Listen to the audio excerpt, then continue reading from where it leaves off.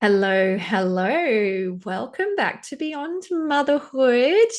This is the official season two launch, if you will, episode one. I have taken a little break from the podcast for the last month or two, and for various reasons. My kids were sick, my youngest had surgery, my eldest was in a bike accident. He's totally fine. He just hurt his leg, so he's in hospital.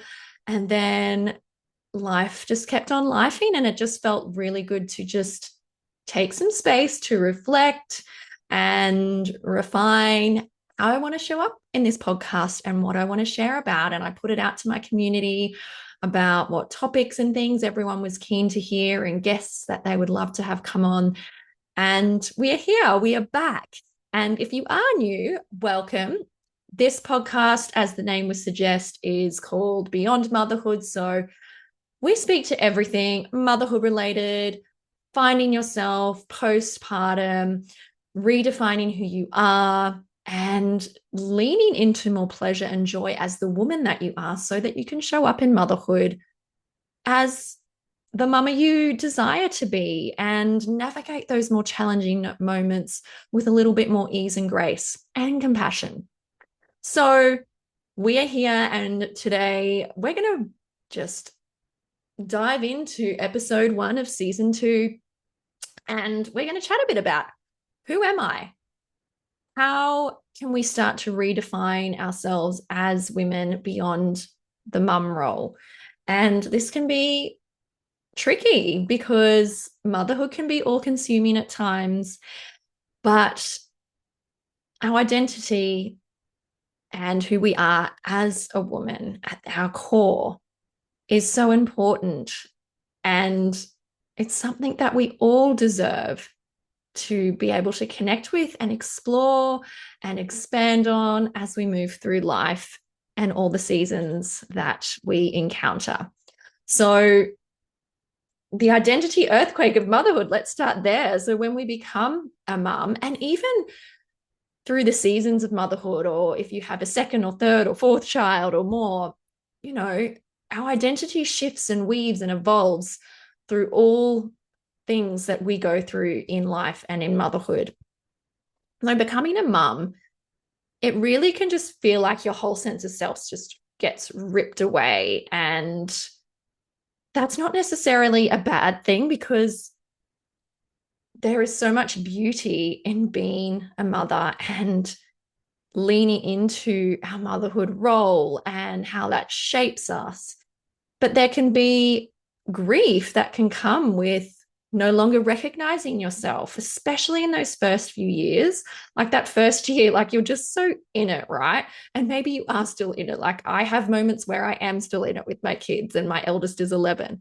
And you can start to just get so caught up in the day-to-day things and your responsibilities and the mental load and the schedules and the trying to navigate your own kids and their big emotions and shaping who they are, that we just lose ourselves.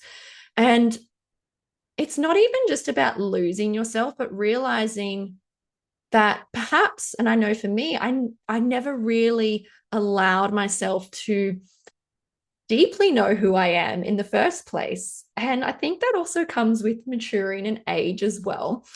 I know for me, when I was in, my late teens, early 20s, and even late 20s, as I had my first son, like I just wanted to have a good time. And I was so not in tune and connected with who I was. I mean, obviously we have our personalities and our life experiences, but that I was so disconnected, let's just say that.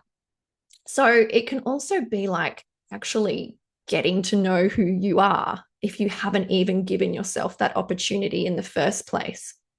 And we wear all the hats as mothers and are spinning all the plates. And sometimes it even still feels like you're doing all these things, but it's just never enough.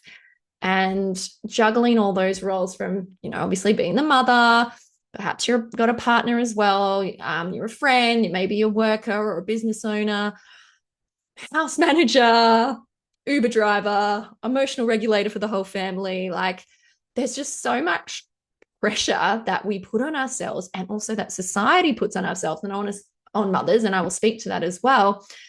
And it just feels like we feel like we just need to be everything to everyone all the time. And then that really does leave little room for us to be looking after ourselves and tending to our own needs and desires and exploring all those parts of ourselves that are really just wanting to come out and play, but we just keep shoving them down, or we just don't have the time.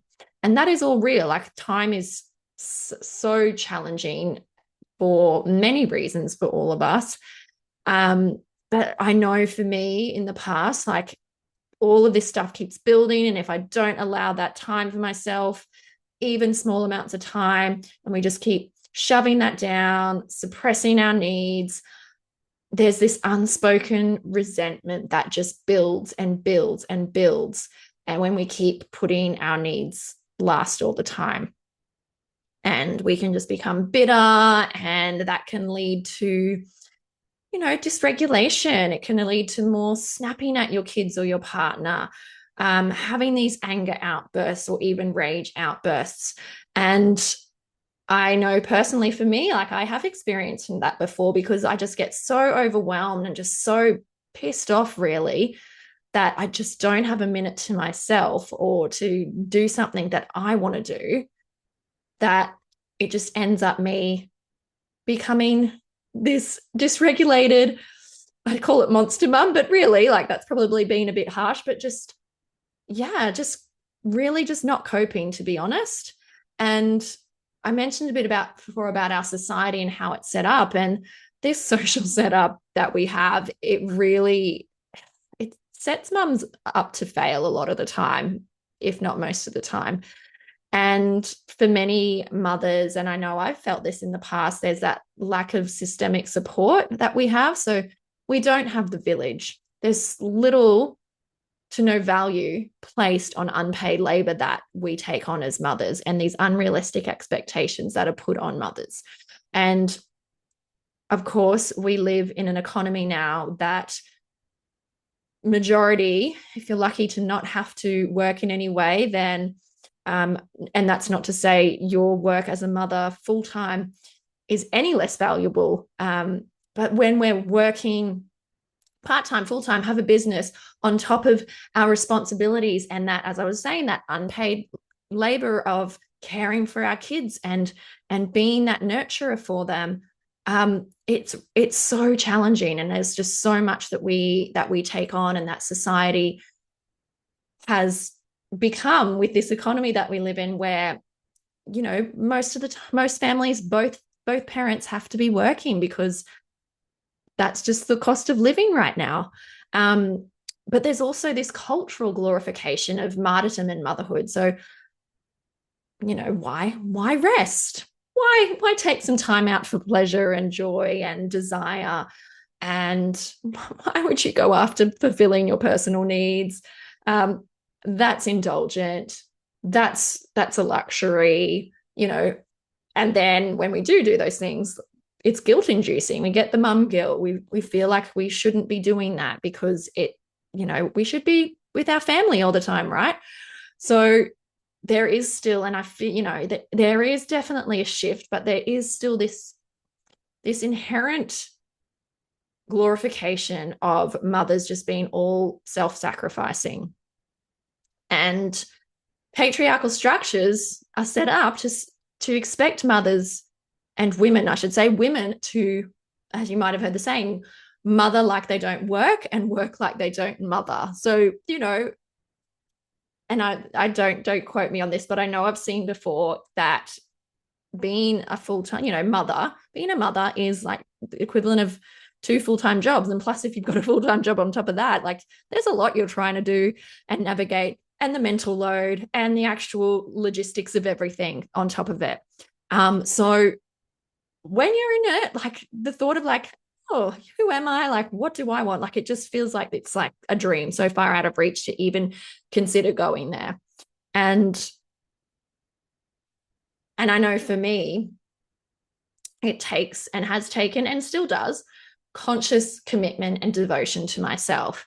How do I want to show up for me? Because how I show up for me when I take that space, sometimes, some days it's a few minutes, some days it feels like I just get to the end of the day. And once my kids are in bed, it's just taking that few minutes before I go to bed to tune into myself to do something. Like for me, reading a book, just taking some breaths, reflecting on the day. Um, because I know that when I show up for myself, I am more capable and have the mental capacity to be able to show up for my kids in a way that feels good to me, in a way that I want to, and a way that I desire to. It ripples out into everything. It's because there is a woman within the mother. You are a woman first and foremost, okay? And that tension between being just mom and the longing to reclaim your identity, it's real. Like there's this, it's almost this tug of war between, oh, and I go through this, I'm like, oh, I love being a mom. I love my kids and want to pour everything into them. And then this longing, I'm like, oh, but I also need that time for me. And the good thing is both can coexist. And that's the thing. We feel like we have to be one or the other, but that's, I call BS on that. We can be both. We can be that just mom, but we can also start to reclaim those parts of ourselves that have been forgotten, or even discover parts of ourselves that maybe we haven't even discovered yet. Maybe we've been so disconnected from. It's this beautiful exploration into who you are. And that is an evolution. It's not just something that in a destination that you get to, because you're not going to go back to the person you were pre-kids. And to be honest, I don't want to. I don't want to go back to that person. I've learned so much from her and I had so much fun as her, but there was so much underneath that was yearning to come through, and lots of things that were suppressed and pushed down that I am working through now. And it's messy and it takes grit to work through all that. But it's more of like this invitation to integrate those roles together. Like you don't have to choose between being a present mum and a fulfilled woman. You can be both. And again, it takes devotion and conscious commitment and effort. So another thing that can really start to, when you start to explore who you are, start to even just unravel decades, a lifetime of conditioning and suppression, and you're starting to do a lot of healing and all of this sort of stuff, relationships can get shaky when you start to change. And there's these shifts in partnerships when you begin putting yourself back in the picture. And I don't just mean with your partner, although that can absolutely change, but it could be outgrowing old friendships that just don't align with who you're becoming.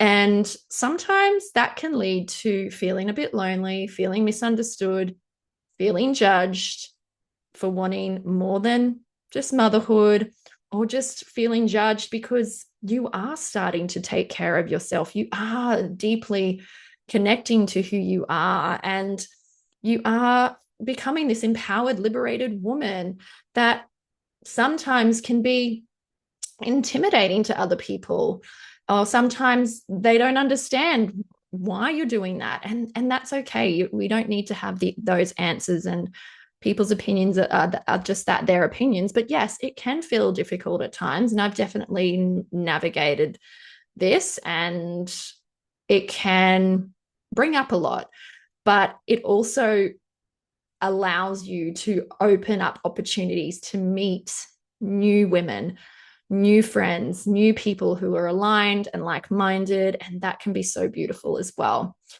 And there is just such this quiet joy I've found, an aliveness that comes from discovering you. It's, sparking that curiosity of like, what lights me up now? And it can be also doing a bit of inner child, tapping into that inner child. So like, what did I love doing when I was a kid, when I had less inhibition, when I was just able to play and be imaginative? And I danced as a kid and I loved dancing, but then of course it became competitive. And then obviously there was the judgment, and it was then done for the reason of performing in front of people rather than just something for myself. And same with music. I grew up learning music, playing music, competing in competitions and Eisteddfods and things with my music. And again, as much as I've gone through and done a degree in music therapy, and have always loved music, but then it started to become for other people. And I've rediscovered my passion for music in lots of ways. And I loved dressing up as a kid. And again, that's something that I've tapped into a bit more. I do dance classes, so I get to dress up once a fortnight and go to my dance class. And yes, that is learning choreography and is a little bit performative, but there is so much joy in doing that, and so much excitement that I get from doing that. And I also have brought movement and dance practices into my life, into my day to day. And that again is something I do just for me. It's not performative. It's just moving how my body feels good, and playing music for myself, getting my guitar out, singing, and without it feeling like it needs to sound a particular way. Although my musically trained brain is still learning to just let go of that perfectionism a little bit. But when we just kind of follow these breadcrumbs of pleasure or passion or things that just feel good for us, it can really open big doors.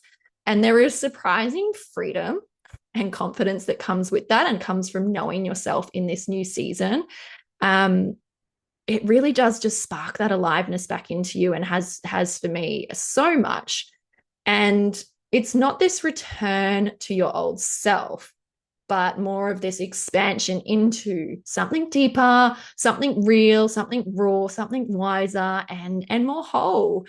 And from there, like, you can start to redefine motherhood on your own terms. You can start to give yourself permission to be a whole human, not just a caregiver. And again, that takes practice to give yourself that permission. And it's really beautiful when you start to embrace the idea that thriving a little bit more and taking care of you a little bit more isn't selfish, isn't indulgent, isn't something that only special people can do. It's a necessary thing that we all need to lean a little bit more into. And it's not about taking like a big jump into it. It can just be these baby steps. And we can start to just reimagine motherhood as this chapter of growth, that it's allowing us to blossom. It's not this erasure of who we are as a woman. It's just an opportunity to grow and to flourish a little bit more, and to bring the woman that we are into everything that we do. So hopefully some of that resonated with you today.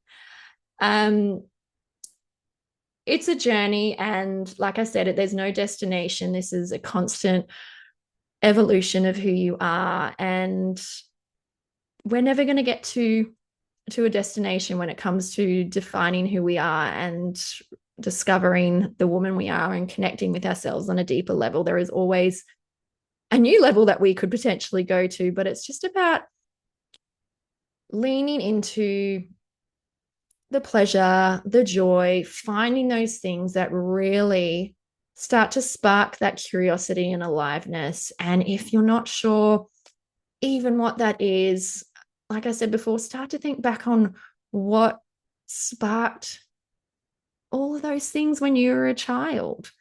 Or where's a place that when you go to it, you just feel alive yet grounded. And it might be the ocean, it might be a rainforest, it might be going on a hike somewhere or a bushwalk. And starting there. And if you're feeling a pull, I would like to share something with you. There's more to you than the role you've been boxed into, whether that's a mother, a partner, whatever it is. I just want you to know this, like, you're not broken, you're becoming and rediscovering yourself after motherhood. As I said, it's it's sacred and it's a beautiful journey, albeit messy at times when we allow ourselves to take that journey. And as I said, I've got something for you if you're wanting to take the next step in reconnecting with the woman inside. I have a free masterclass, The Power of Pleasure, that you can start with.